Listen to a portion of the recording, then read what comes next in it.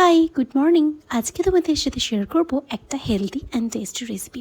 যদিও এটা নতুন কোনো রেসিপি নয়, প্রত্যেক বাঙালির কাছেই এটা খুবই কমন, বাট স্টিল আমার প্রচুর ফেভারিট।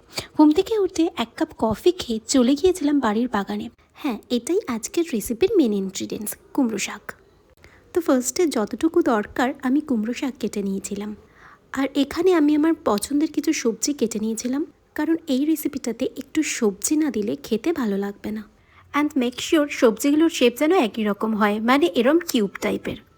তো আমি এখানে নিজের পছন্দের কিছু সবজি অ্যাড করেছি, তোমরা চাইলে তোমাদের মন মতো সবজিও অ্যাড করতে পারো। তারপর অল্প তেল আর কালো জিরে ফোড়নে দিয়ে সবজিগুলোকে ভেজে নিয়েছিলাম। তারপর দিয়ে দিয়েছিলাম কুমড়ো শাক। কিছুক্ষণের জন্য ঢাকা দিয়ে রেখেছিলাম যাতে সব কিছু ভালো করে সেদ্ধ হয়। এরপর দিয়ে দিয়েছিলাম নুন। কালারটা যাতে ভালো হয় তার জন্য একটু হলুদ, ধনে গুঁড়ো, জিরে গুঁড়ো, সমস্ত মশলা ভালো করে মিক্সড করে নিয়েছিলাম। এরপর দিয়েছিলাম আগে থেকে ভেজে রাখা বড়ি। তারপর আবার মিনিট দুয়েকের জন্য একটু ঢেকে রেখেছিলাম। ঢাকা খুলে আবার ভালো করে মিক্সড করেছিলাম।